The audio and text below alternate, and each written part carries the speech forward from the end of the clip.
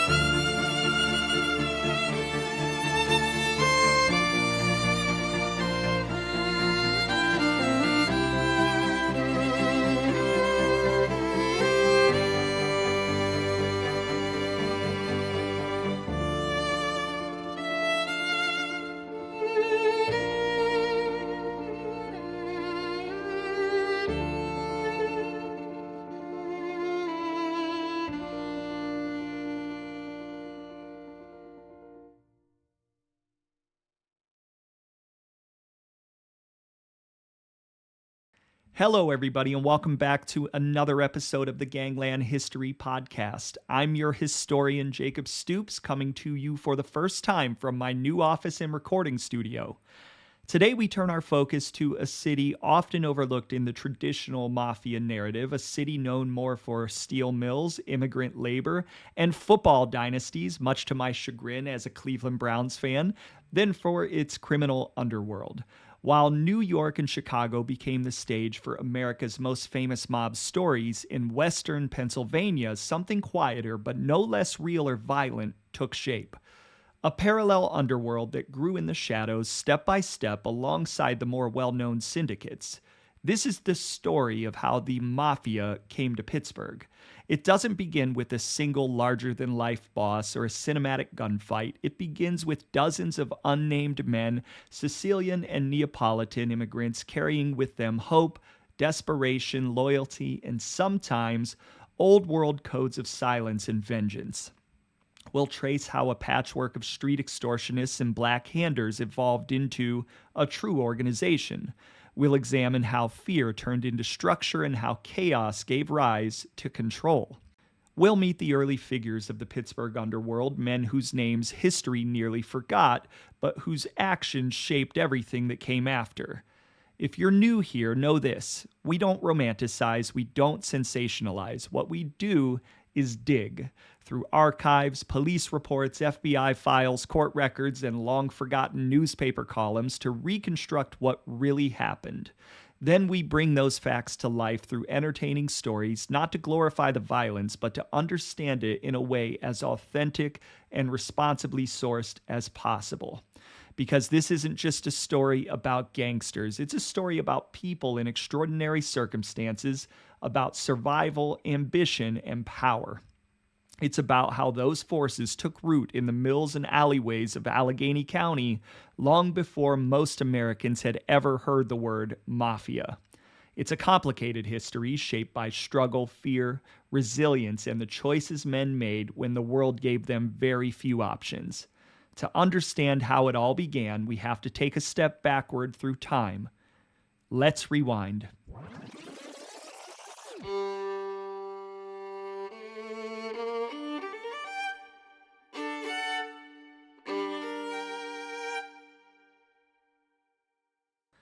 When I start this story, we're not yet in Pittsburgh. We're thousands of miles away, standing beneath the Sicilian sun. The air is dry and heavy with dust. The hills of southern Italy roll out before us, Calabria, Campania, and the island of Sicily. It's the late 1800s, and life here is unforgiving. They call this region the Mezzogiorno, literally, the land of midday sun. It stretches across Italy's southern half from Naples to Palermo. But behind that beautiful name lies centuries of hardship. After Italy's unification in 1861, the Mezzogiorno was left behind. The north industrialized while the south stayed locked in a feudal past. Land was scarce. The rich owned nearly everything. The poor worked what little remained, paying rent in sweat and silence. Taxes rose, wages fell, and political promises meant nothing. Poverty wasn't a condition here, it was a birthright. In towns like Termini Imerese, Corleone, Castelvetrano, peasants survived at the mercy of landlords and local bosses, men who ruled through influence, fear, and favors. These were the conditions that allowed the Mafia to take root, not as a criminal syndicate at first, but as an informal system of protection in a world where the state barely existed. So, millions left. Between 1880 and 1920, more than 4 million Italians packed up their lives and set sail for America. Some landed in New York, others in Chicago, but thousands came here to Pennsylvania, chasing rumors of steady work and good pay. And there was work. Pittsburgh wasn't just another city, it was the beating heart of America's new industrial age. If you stand on the Monongahela River in those years, you can see why. Coal seams run deep through the hills. Iron ore ships in from the Great Lakes, the rivers themselves, the Allegheny, the Monongahela, and the Ohio form natural highways for barges and freight. It's geography designed for industry. By the 1870s, Andrew Carnegie's steel mills dominated the skyline. Bessemer converters roared day and night, throwing sparks into the smoky air. Railroads stretched in every direction, and beneath it all, the mines dig deeper, miles of tunnels swallowing men whole in exchange for a week's pay. This is the city that calls to immigrants, a city of opportunity and exhaustion where the sky glows orange at midnight and the smell of molten iron seeps into everything. By 1920, more than 200,000 Italians live across Pennsylvania. Here in Pittsburgh, they carve out neighborhoods of their own. Bloomfield, the Hill District, Panther Hollow, tight clusters where dialects, recipes, and old loyalties survive the ocean crossing intact.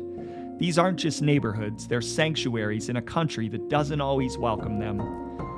Life here isn't easy. Company houses, dangerous shifts, pay in scrip instead of real money.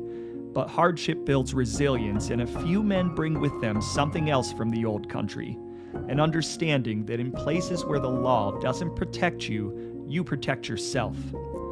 They bring the old codes, omerta, silence, onore, honor, and a network of trust and fear that operates outside of the law.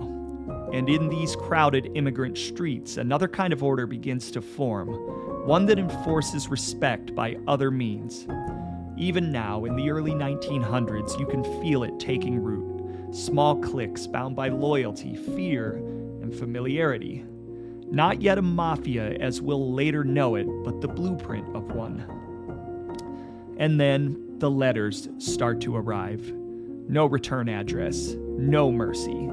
Inside, demands for money signed with skulls, daggers, or bloody handprints. La Mano Nera, the Black Hand. The message? Pay or die.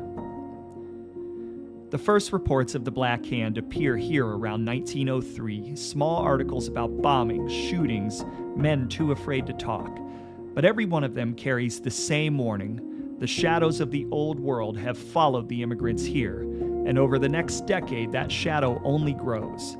What follows are some of those stories, true accounts pulled straight from Pittsburgh's early headlines, moments that show just how deeply the Black Hand terrorized the city's Italian communities and how those early sparks of fear would ignite something far more organized in the years to come. It's December 4th, 1903, a cold Friday morning in Pittsburgh. The Weekly Gazette runs a short article tucked between stories of city politics and mine accidents. The headline reads, "Blackmailing Gang Threatened Doctor." The piece is brief, barely 2 paragraphs, but its words carry a chill. It warns of an organized band of blackmailers calling themselves the Black Hand. Their latest target, an Italian doctor described by the paper as husky, a man not easily frightened who's been told to pay $1,000 or face kidnapping. For most readers, it's an odd curiosity, one more crime story in a busy city. But to Italian immigrants flipping through the same pages, it feels different. It feels close. The paper quotes Inspector McCluskey, who tries to downplay it. Quote, "These Black Hand fellows are cheap crooks," he says. "They haven't got the courage to kill anyone," end quote. Maybe he believes that, but anyone who's received one of these letters, the ones marked with a skull or a bloody handprint or the promise of death, knows better. By the winter of 1903, Pittsburgh police are already seeing them appear in fruit shops, bakeries, boarding houses.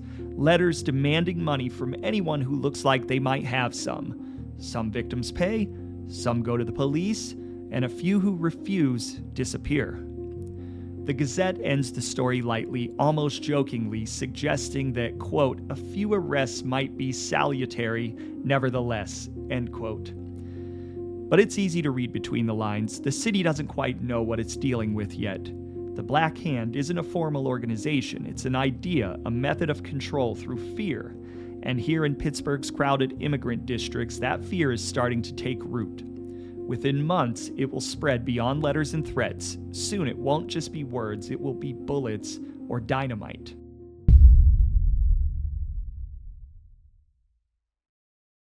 Now it's January 31st, 1904. The Pittsburgh Press hits the stands with a headline that stops readers in their tracks. Mafia is growing in influence and insolence to the law.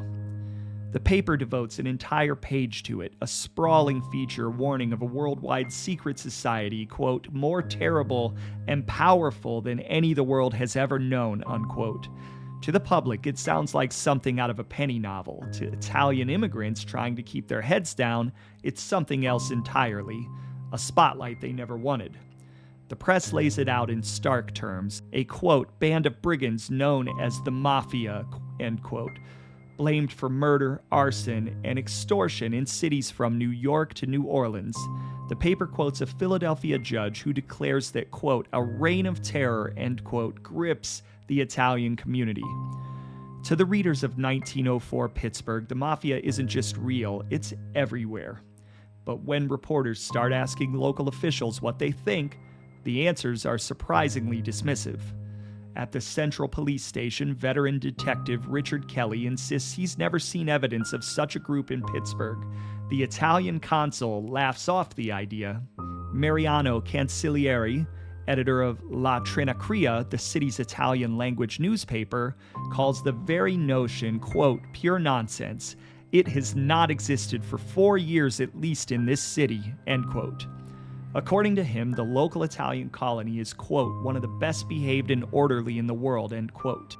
He even boasts that when a man named Niccolo Gelati publicly claimed the Mafia operated in the city, Italian residents held a mass meeting and drove him out of town. Reading it now, the tone is almost defiant, as if denial itself could ward off the truth. The press concludes that, quote, properly speaking, there is no mafia in Pittsburgh at the present time, end quote. But history tells a different story. Even in 1903, letters demanding money were already turning up in grocers' shops and fruit stands. Small-time merchants whispered about threats delivered by men who vanished as quickly as they appeared. Explosions in nearby mining towns went unexplained.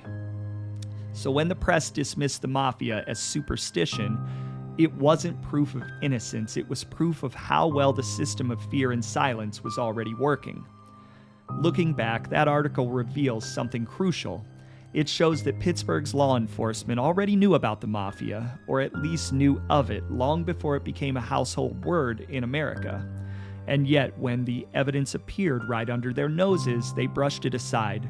Maybe it was pride, maybe politics, or maybe no one wanted to admit that their city, the proud heart of American industry, was just as vulnerable to the shadows as New York or New Orleans. But soon those shadows would make themselves impossible to ignore.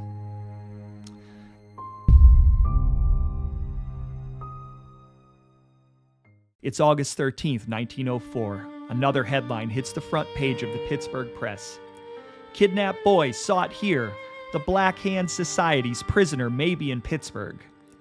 The story reads like something out of a crime novel, but it's definitely real. An 8-year-old boy named Antonio Mannnino, son of a wealthy Brooklyn contractor, has been kidnapped. And now detectives from New York are headed west to Pittsburgh. They believe the boy's captors, members of the so-called Black Hand Society, are hiding somewhere among the city's Italian quarters. The paper reports that these same men are connected to a national wave of kidnappings and murders, including the infamous barrel murder in New York, where the body of Benedetto Madonia was found stuffed inside a barrel and dumped into the East River in 1903. Even Pittsburgh's own Detective Richard Kelly, who once worked that case, finds his name back in the papers.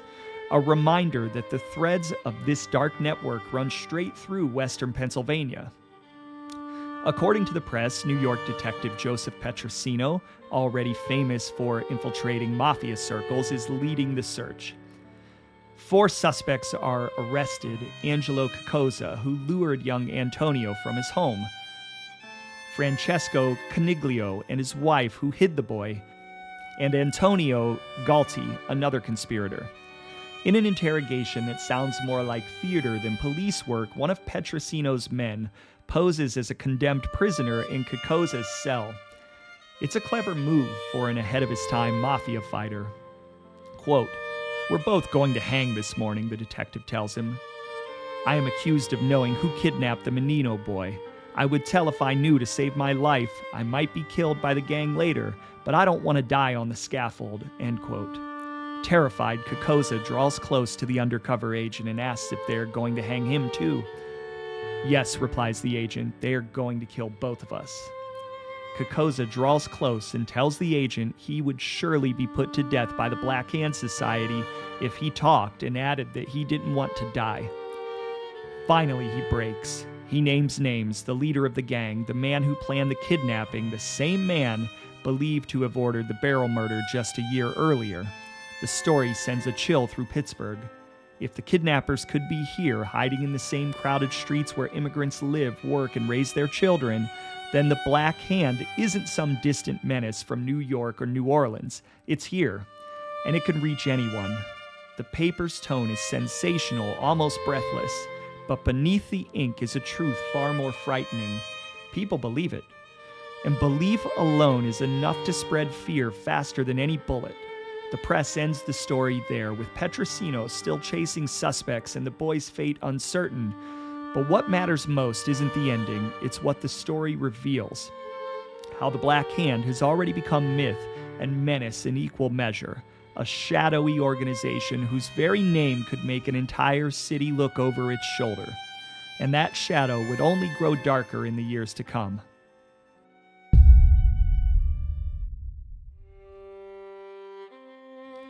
Now it's June 5th, 1905. Outside Hillsville, Pennsylvania, the home of John Pete sits in still darkness, a modest farmhouse near the limestone quarries where the only glow comes from a single oil lamp in the kitchen window.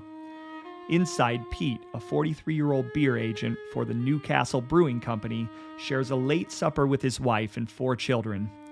A hard-working man, respected and well paid for the time, exactly the sort of man the Black Hand prefers to notice. Then, out of the night, a single shot. A .38 caliber round tears through the window glass and into Pete's head. He is dead before his wife can even scream. Outside, the killer fades into the dark, leaving behind no footprints, no broken lock, not even a handprint. The newspapers call it, quote, an assassination, end quote. Investigators say it's cold-blooded and premeditated, and they point to a warning Pete had received only weeks before, a letter from the Black Hand Society demanding that he leave the country or be killed.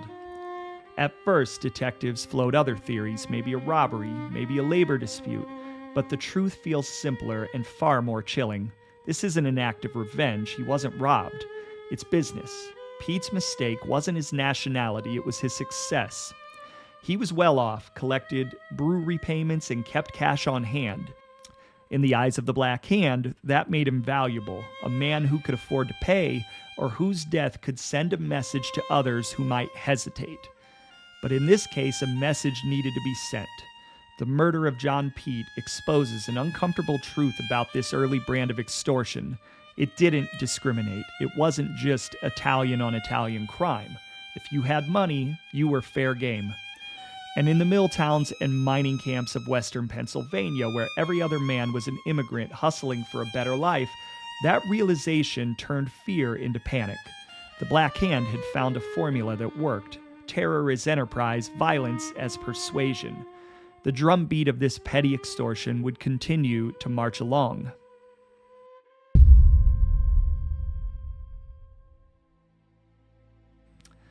October 14th, 1905, Kaylor, Pennsylvania, 78 miles due east of Pittsburgh. A mining camp wedged into the hills of Armstrong County, barely 800 souls, most of them Italian laborers. The kind of place where the clang of steel picks and the rumble of coal wagons set the rhythm of life. But by that autumn, the rhythm had been broken. Work had all but stopped. The miners refused to go underground, not because the shafts were unsafe. They were, but because of something worse. Fear. They called it La Mano Nera, the Black Hand, a name that had traveled across the Atlantic like a curse. Letters demanding tribute began to appear under doorways and in coat pockets, signed with crude symbols, daggers, skulls, bloodied hands. Pay up or else. By the time county officials realized what was happening, Kaylor had been gripped by a kind of hysteria. Men whispered about midnight meetings and extortionists collecting dues from every miner in town. Even the Great Lakes Coal Company, which owned half the camp, was begging for help. Enter County Detective N.K. Kaylor, 6 feet tall, broad-shouldered, and not the sort of man easily rattled. He arrived to find Kaylor paralyzed. The miners weren't just scared, they were paying to stay alive. Dozens had already turned over cash, anywhere from $10 to $50 at a time, to the Black Hand's local collectors. The ringleader was said to be a newcomer, James Angeletta, a man with a stiletto in one hand and a revolver in the other. He'd set up shop in a boarding house run by John DeRosa and his family, lining up his fellow Italians and shaking them down for protection. When Kaylor finally tracked Angeletta to Butler days later, the arrest nearly turned bloody. As the detective clamped irons on his wrist, Angeletta lunged, flashing a knife with a deer horn handle and a blade 9 inches long. Kaylor twisted hard, dislocating the man's wrist and sending the weapon clattering to the ground. Inside the DeRosa boarding house, police uncovered more evidence, notes, names, the makings of an extortion racket that had terrorized the miners for months. Within days, 4 alleged Black Hand members were in custody, and just like that, the reign of terror in Kaylor was over, or at least that's what the headlines said. But the truth was more unsettling. What happened in Kaylor wasn't unique. It was part of a pattern spreading through every mining town in western Pennsylvania. Wherever Italians worked, the Black Hand seemed to follow, demanding tribute in true old brigand style. Fear had become a business, and for every gang Kaylor or Petrosino managed to round up, another waited quietly to take its place.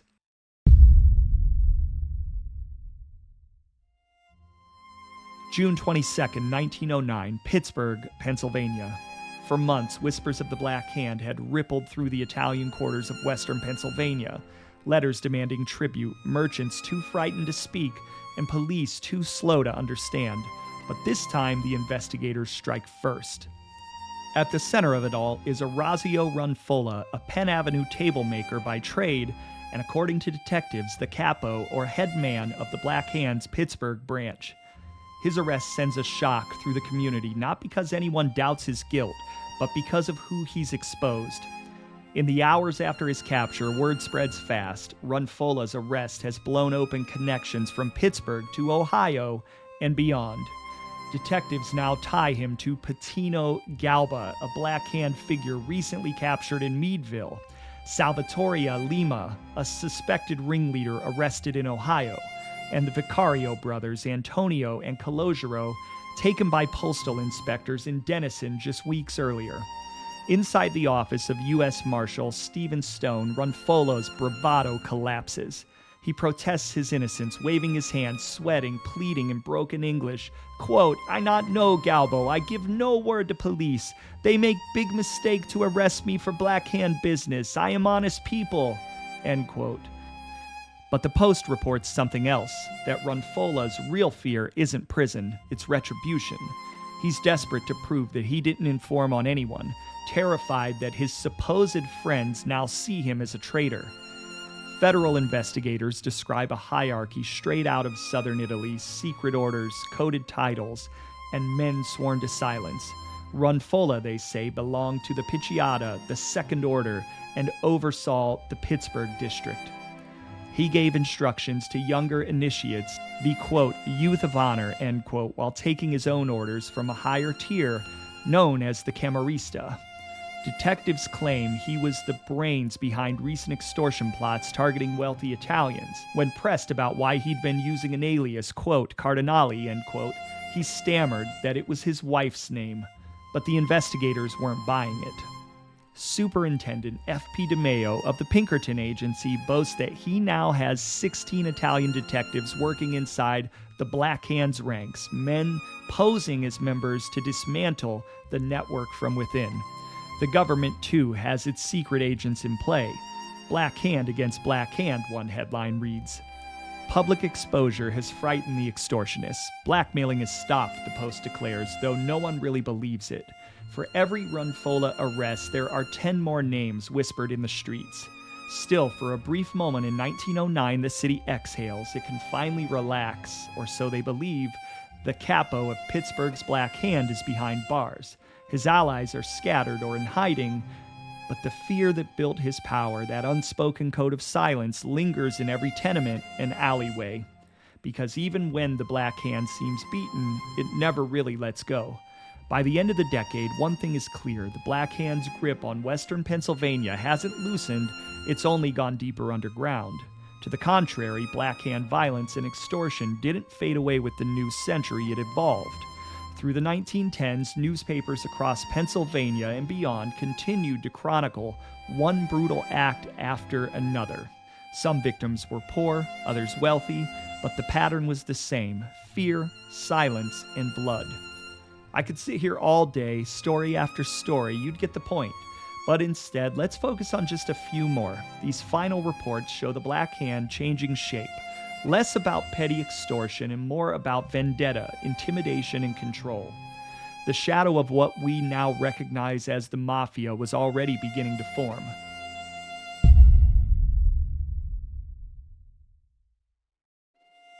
February 18, 1917, Beaver, Pennsylvania. Black Hander shot by New Galilee man. Italian armed with revolver and stiletto killed by proposed victim. In Beaver, 30 miles northwest of Pittsburgh, 30-year-old Tony Dungo of Galilee, described by police as a member of the Black Hand Society, had been extorting local businessmen for cash. One evening, he approached Dominic Principata at his home demanding $200, the same sum he threatened to collect days before or die. This time, the would-be victim refused to cower. Dungo, armed with both a pistol and stiletto, barely had time to react before Principata drew his own revolver and shot him through the head. When officers arrived, Principata calmly handed over the weapons and surrendered to local police. It wasn't his first time. 3 years earlier, he'd stood trial for killing another alleged Black Hand agent and had been acquitted. Most victims weren't so bold. Most didn't fight back. Fear of retribution kept them silent, and silence was exactly what the Black Hand depended on.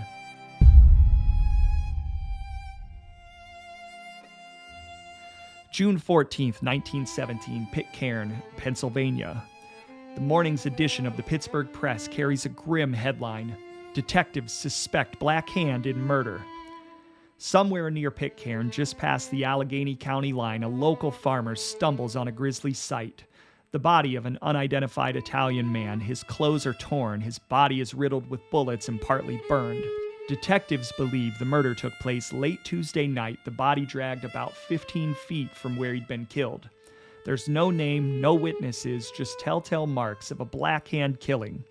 For police, it's a familiar pattern, quick, merciless, and meant to send a message.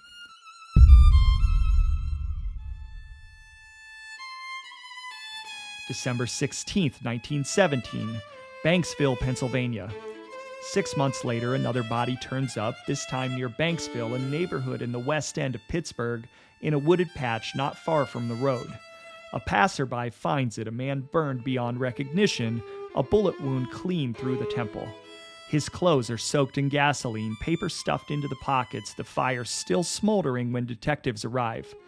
Coroner's deputies note that whoever did this wanted everything destroyed, fingerprints, identity, even the man's face. But a few details survived the flames. A tattoo on his left forearm reading, quote, "Death before dishonor." A telegraph blank from Youngstown, Ohio, 2 unburned receipts, one for steel figures from the Akron Stamp and Stencil Company, another for a $200 car deposit. Detectives begin piecing it together. The man might have been a chauffeur, maybe a bootlegger. What they do know is chilling. This isn't the first time. Quote, "Black Handers are responsible for this murder," unquote, a county detective declares. 2 other bodies, Frank Gelati and Joseph Lemma, had been found on nearly the same hillside the previous year, both believed to be Black Hand victims. Now, the Post-Gazette writes, the isolated slope near Banksville seems to have become, quote, "a favorite place to dispose of the bodies of murdered men," end quote.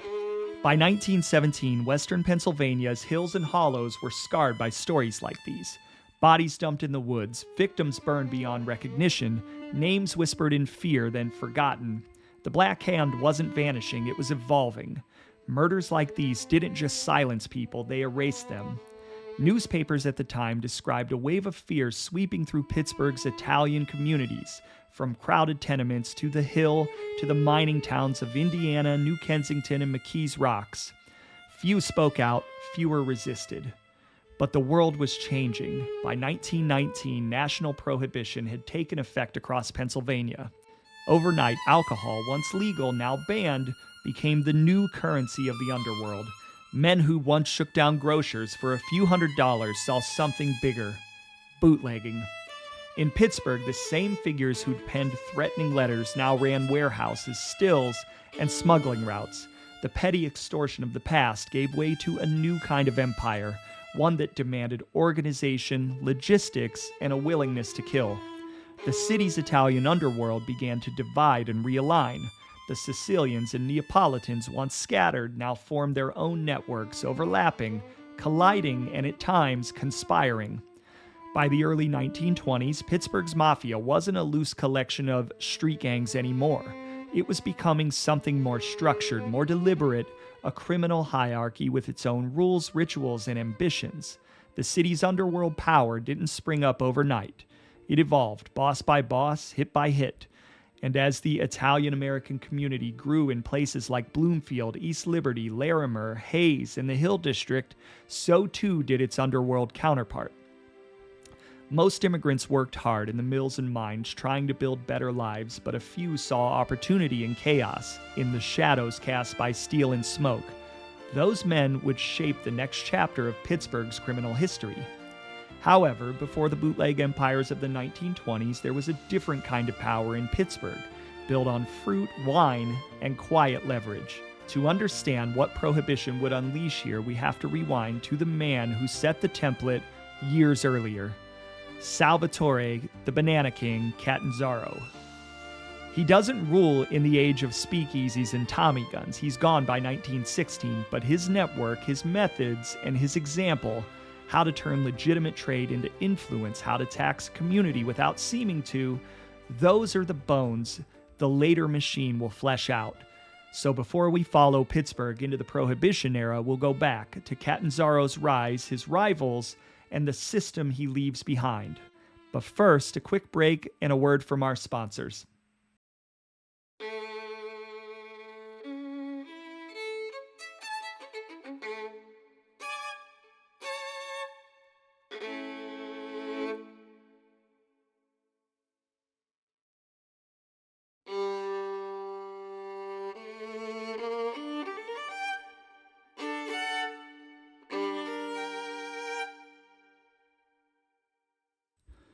It's Pittsburgh, around 1905. The city's skyline is still finding its shape, smokestacks instead of skyscrapers, bridges of iron rather than glass. Down along Liberty Avenue, just south of the bustling Strip District, the air smells of fruit, coffee, and coal dust. Streetcars rattle past horse-drawn wagons, crates of bananas, oranges, and lemons stack high along the sidewalk, a bright burst of color against the soot-stained brick. At the center of it all stands a medium-built man, impeccably dressed, his dark hair just beginning to silver at the temples, his mustache thick and sharply groomed in the fashion of the era. His hands are strong and work-worn, the kind of hands that once hauled crates before they signed paychecks. His suit, pressed and perfectly tailored, marks the transformation from laborer to power broker. He surveys his domain with quiet confidence, a man who came from nothing yet built an empire of his own making. His name is Salvatore Catanzaro, the man Pittsburgh would come to know as the Banana King. To the casual passerby, he's just a successful produce merchant, owner of S. Catanzaro & Sons Company, Incorporated, headquartered here at 957 Liberty Avenue. But within Pittsburgh's growing Italian colony, everybody knows there's more to him than that. He's respected, feared even, the man people turn to when business disputes need settling, when debts must be paid, or when silence is the safest option. Catanzaro is, by many historical accounts, Pittsburgh's first recognized Mafia boss, the earliest known figure to organize and influence the city's Sicilian underworld. His empire isn't built with bullets or bombs, but with commerce. His weapon is control over fruit shipments, over neighborhood loyalties, over who eats and who starves. His story begins across the Atlantic in Termini Imerese, a coastal town in the Palermo province of Sicily. It's an old port, a place where commerce and corruption have mingled for centuries. Salvatore is born there in 1858, and like thousands of Sicilians of his generation, he grows up amid poverty, distrust of authority, and a culture that values loyalty above law. In 1879, at just 21, he boards a ship for America, landing in San Francisco. He spends 5 formative years there learning how to move goods, manage men, and navigate a new world without losing the old one's instincts. Then he returns briefly to Palermo, where he marries Pauline "Polly" Barone. The couple would go on to have 5 sons and 2 daughters. By 1884, the couple is back in the United States, this time bound for McKeesport, Pennsylvania, a small industrial town just southwest of Pittsburgh. Within a few years, Catanzaro is running his own fruit and produce business. By 1888, he's firmly established as a wholesaler operating publicly under the name S. Catanzaro & Sons Company, Incorporated, moving bananas, oranges, and imported goods through the heart of the Steel City. He serves as president of the company and will do so from its founding until his death, building a quiet empire that placed him at the heart of the region's produce trade and the city's Italian immigrant community. But success never came without danger, and for Catanzaro, the lesson came early in blood.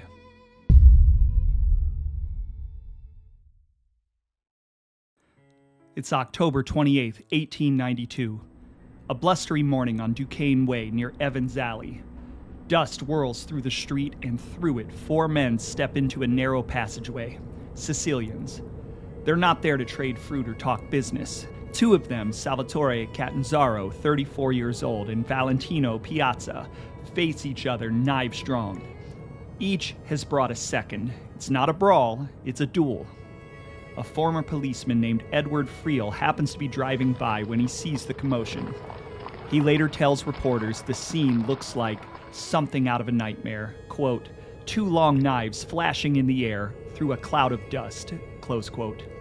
The men circle, boots grinding against the cobblestones. Steel meets steel, the ring of it swallowed by the wind. Catanzaro lunges first, his blade slicing fabric, missing flesh. Piazza answers with a quick thrust, the stiletto catching Catanzaro just beneath the ribs. Catanzaro gasps, staggering but still upright. They grapple, stumble, and crash against the alley wall, blades clattering as dust and grit whirl around them. Friel jumps down from his wagon just as Catanzaro breaks free, clutching his chest, blood blooming across his shirt. One of the seconds, Francesco Luongo hurls a cobblestone, shouting in broken English, "They killed him! They killed him!" Friel tackles Luongo and wrests the weapon away. Moments later, police arrive to find Piazza cornered, still gripping his stiletto, its narrow blade glistening red. Another knife, Catanzaro's, lies near the wall, the handle splintered. Doctors at the homeopathic hospital don't expect him to live. Newspapers call it a duel to the death.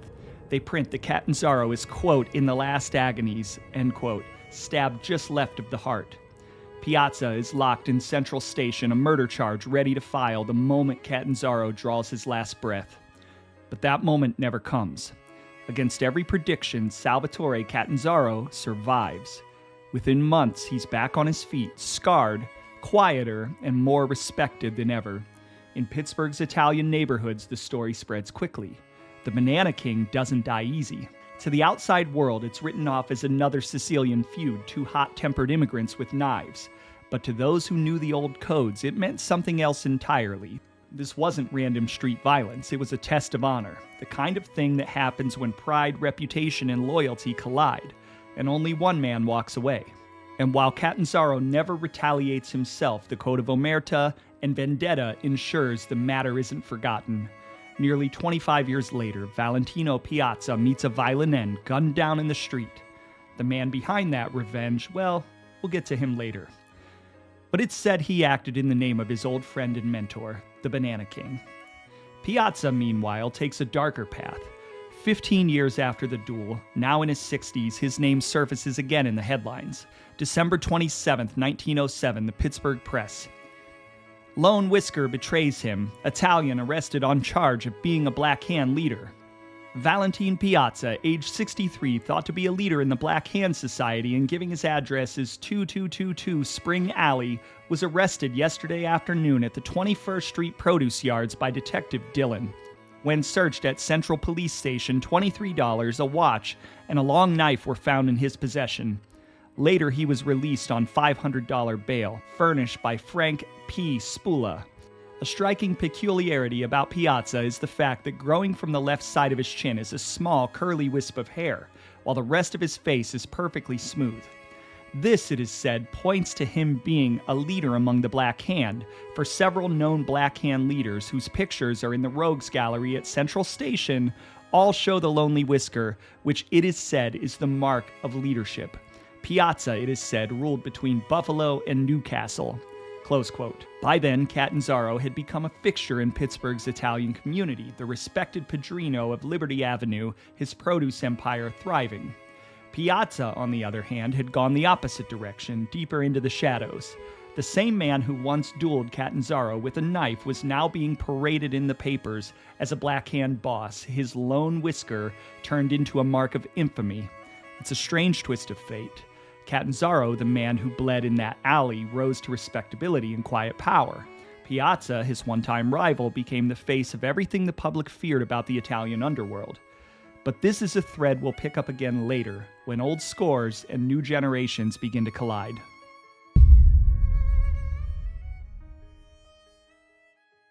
By the early 1910s, Salvatore, the Mannnino king, Catanzaro, isn't just a successful merchant, he's the name in Pittsburgh's Italian community. His fruit empire hums from Liberty Avenue to the Strip, the heart of the city's bustling produce trade. But his reach extends far beyond the marketplace. From New York to Chicago, from Boston to New Orleans, even as far west as Los Angeles, Catanzaro has friends, business partners, and admirers. Wherever Italian merchants gather, his name carries weight, a mark of success and authority. He is, by all accounts, the wealthiest Italian in Pittsburgh, the one who proved that an immigrant from Termini Imerese could rise from the docks and fruit stalls to stand shoulder to shoulder with the city's business elite. His success story wasn't whispered in back rooms, it was printed in the papers. Catanzaro is a man of medium build, broad through the shoulders, with the sturdy hands of someone who'd earned his fortune the hard way, even though he no longer needed to. His dark hair, brushed neatly back, shows the first threads of gray at the temples. A thick, carefully kept mustache frames a strong jaw, giving him an air of quiet command. His eyes are deep-set and steady, not unkind, but discerning. The kind of gaze that measures a man before he speaks. He dresses like a statesman, dark suits, crisp collars, a bow tie, and a waistcoat pressed to perfection. His authority doesn't shout, it settles. When he enters a room, people notice. In another city, in another life, Salvatore Catanzaro might have been a banker, a politician, even a kingmaker. But here in Pittsburgh's tight-knit immigrant neighborhoods, he is something rarer. A man who's made it. The embodiment of what every Italian newcomer hoped for: respect, wealth, and a name that carried meaning. And in the daylight, everything about him is legitimate. Catanzaro serves as the treasurer of the Italian Red Cross Society and is a devoted member of the Help of Christians Italian Catholic Church. To the public, he's the model of success, a man who embodies both the American dream and the old world ideals of family, faith, and loyalty. But even for a man as powerful as Salvatore Catanzaro, success didn't come without friction. When you rise high enough, eventually you stop competing with rivals and start colliding with institutions. By 1911, the Mannnino king found himself crossing swords with one of the giants of American industry, the Pennsylvania Railroad Company. It was David versus Goliath, the city's most prominent Italian merchant, taking on one of the most powerful corporations in the nation, and against all odds, he won. The Pittsburgh press reported on the case with a mix of admiration and surprise. Catanzaro, a produce dealer, a man whose fortune had been built on crates of fruit and barrels of lemons, had taken the powerful Pennsylvania Railroad to court and won. Fruit dealer gets damages. On the second trial of his action in common pleas court, after having appealed to the Supreme Court, which reversed the decision of the lower court on the first trial, Salvatore Catanzaro, doing business as S. Catanzaro and Company, a local fruit dealer, was awarded a verdict against the Pennsylvania Railroad Company by a jury in Number 4 Court for $7,270.92 for fruit spoiled in shipment from Boston to Pittsburgh. The consignment of 1,300 barrels of Almeria grapes and 314 boxes of lemons, which the plaintiff bought in Boston in December 1906. He claimed he arranged with an agent of defendant there for shipment to Pittsburgh, but the goods were shipped in old dilapidated refrigerator cars which were delayed in transit. When they arrived here, he claimed the grapes and lemons were frozen and had to be disposed of at a small part of their original value. Close quote. For the record, the $7,270.92 judgment Catanzaro won would be worth roughly $244,000 today. From the looks of it, he didn't exactly strike gold. He was simply made whole for what he'd lost. Still, it was a statement. A small Italian fruit dealer taking on the mighty Pennsylvania Railroad Company and winning? But that victory raises an intriguing question, at least for those of us who spend our time digging through this type of world. Would a man truly bound by omerta, the sacred code of silence and self-reliance at the heart of the Mafia, really take his grievance to court? Would he air his business in public rather than settle it in the old way, quietly, through pressure or blood? It's hard to imagine. Especially in that era, when disputes in the Italian underworld were often settled with pistols, not petitions.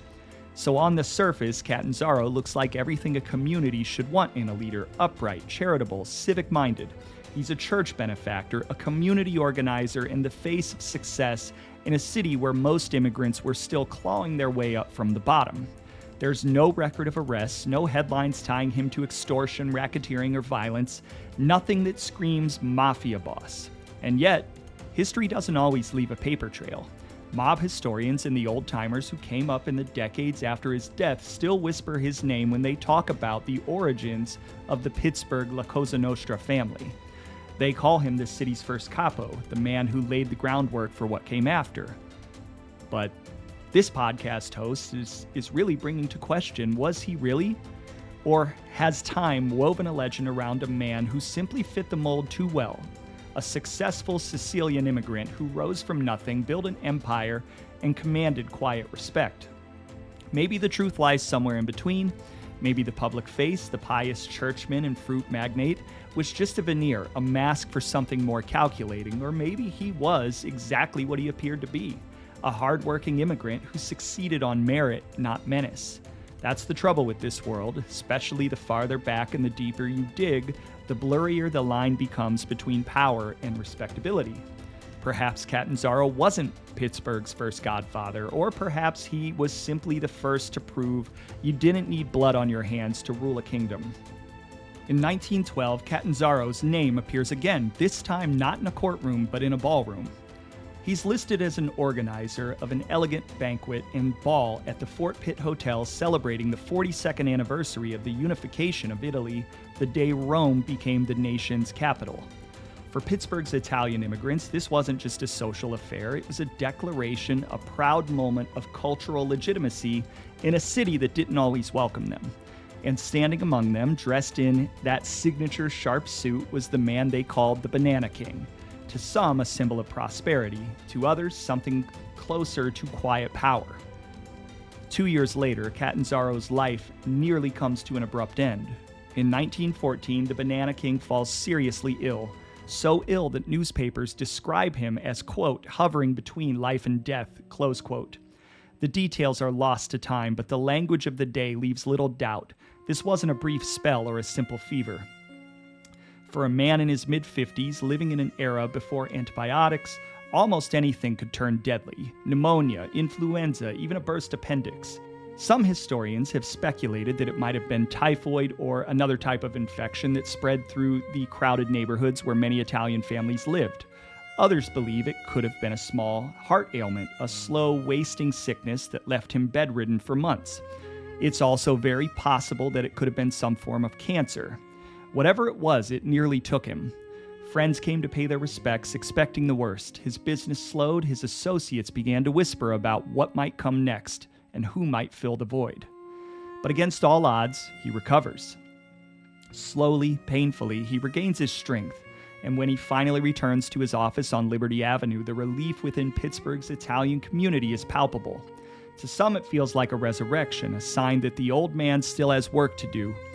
Within weeks, his friends and fellow merchants organized a lavish banquet to celebrate his recovery, a night of music, wine, and laughter dedicated to the man many called the heart of their community. The setting, the Hotel Battaglia on Webster Avenue, a favorite gathering spot for Pittsburgh's Italian elite. The occasion, a grand feast in honor of the man the Pittsburgh Post-Gazette hailed as, quote, the foremost Italian merchant in this city, end quote, and, quote, one of the wealthiest and most influential Italians in Pittsburgh, end quote.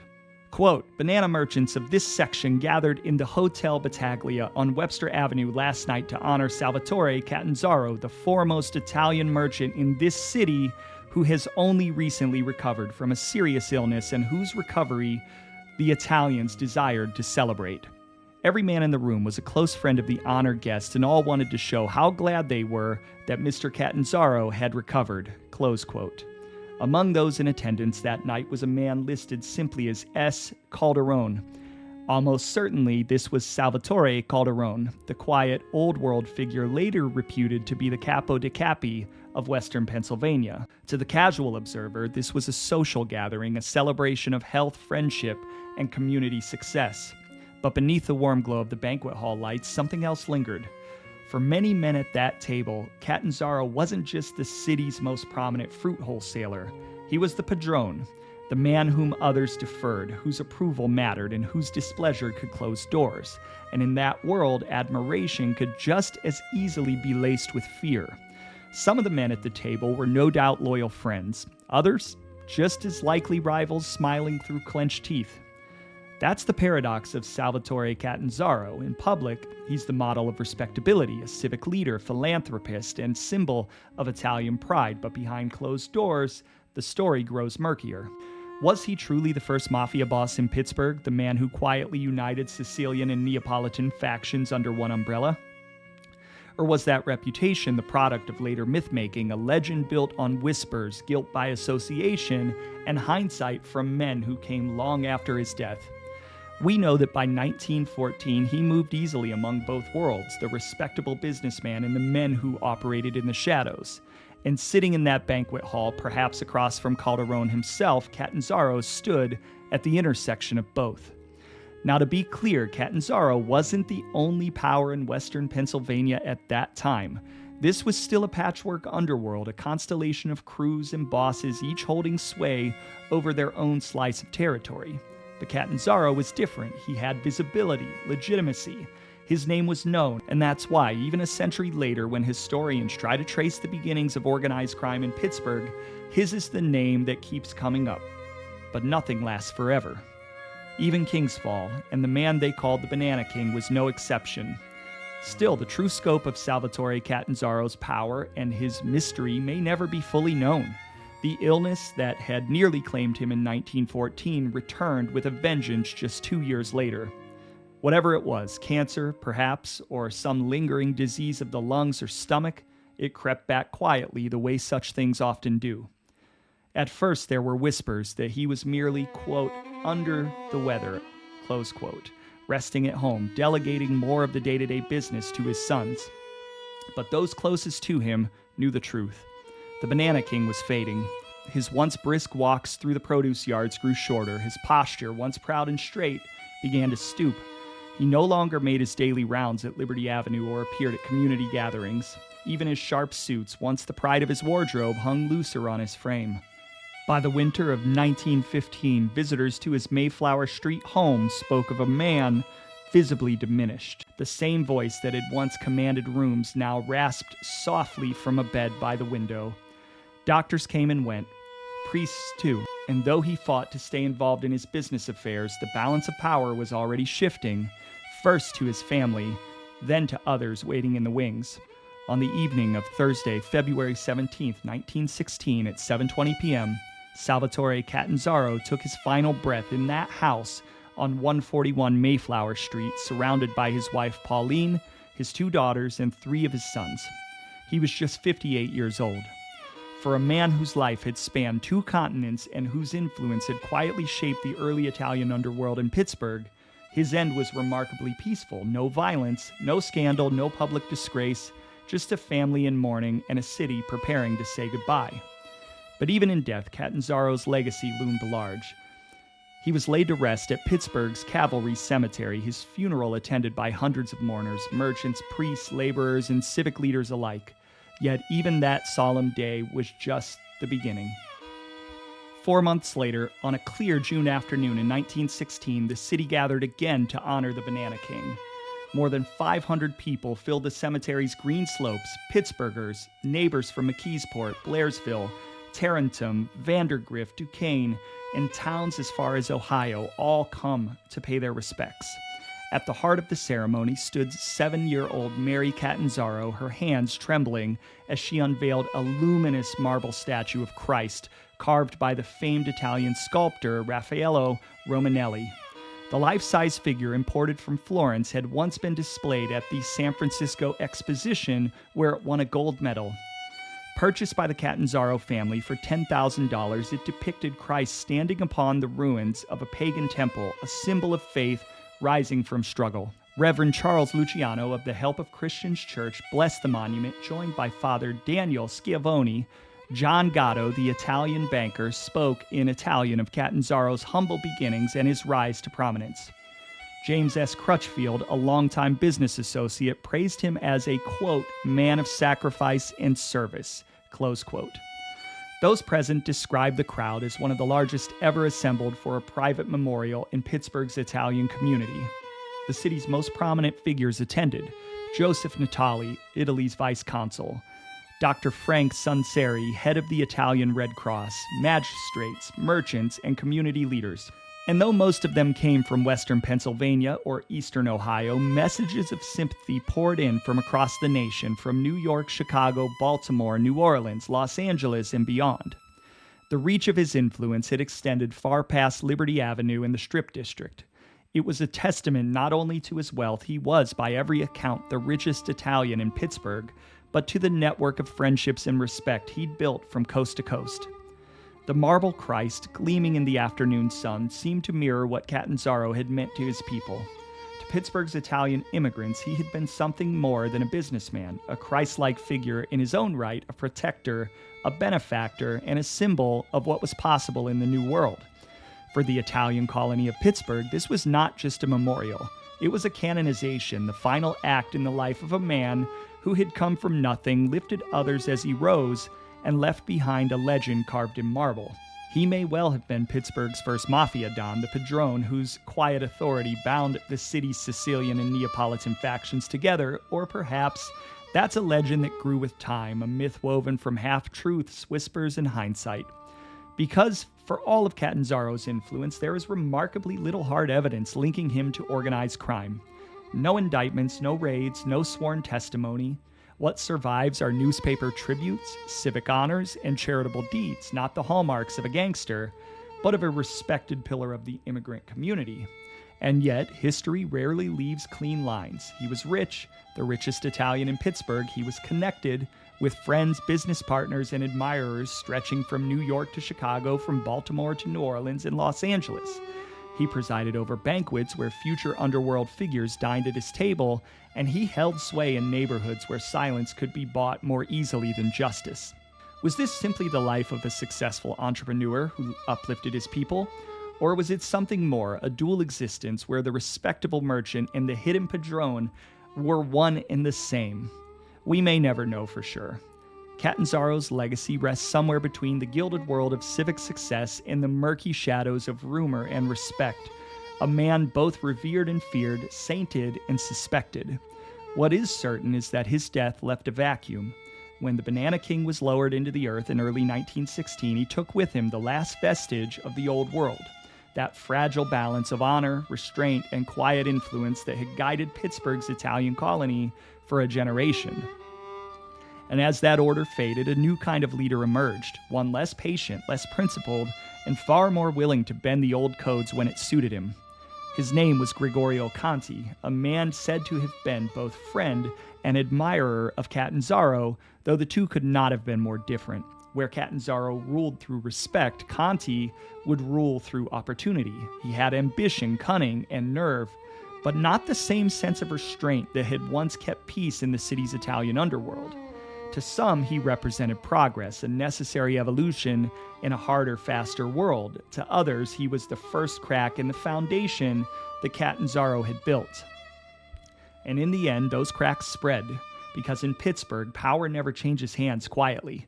The choices Gregorio Conti made in life, the deals, the betrayals, the shortcuts, would come back to haunt him. And before it was over, there would be blood. But that is a story for another day.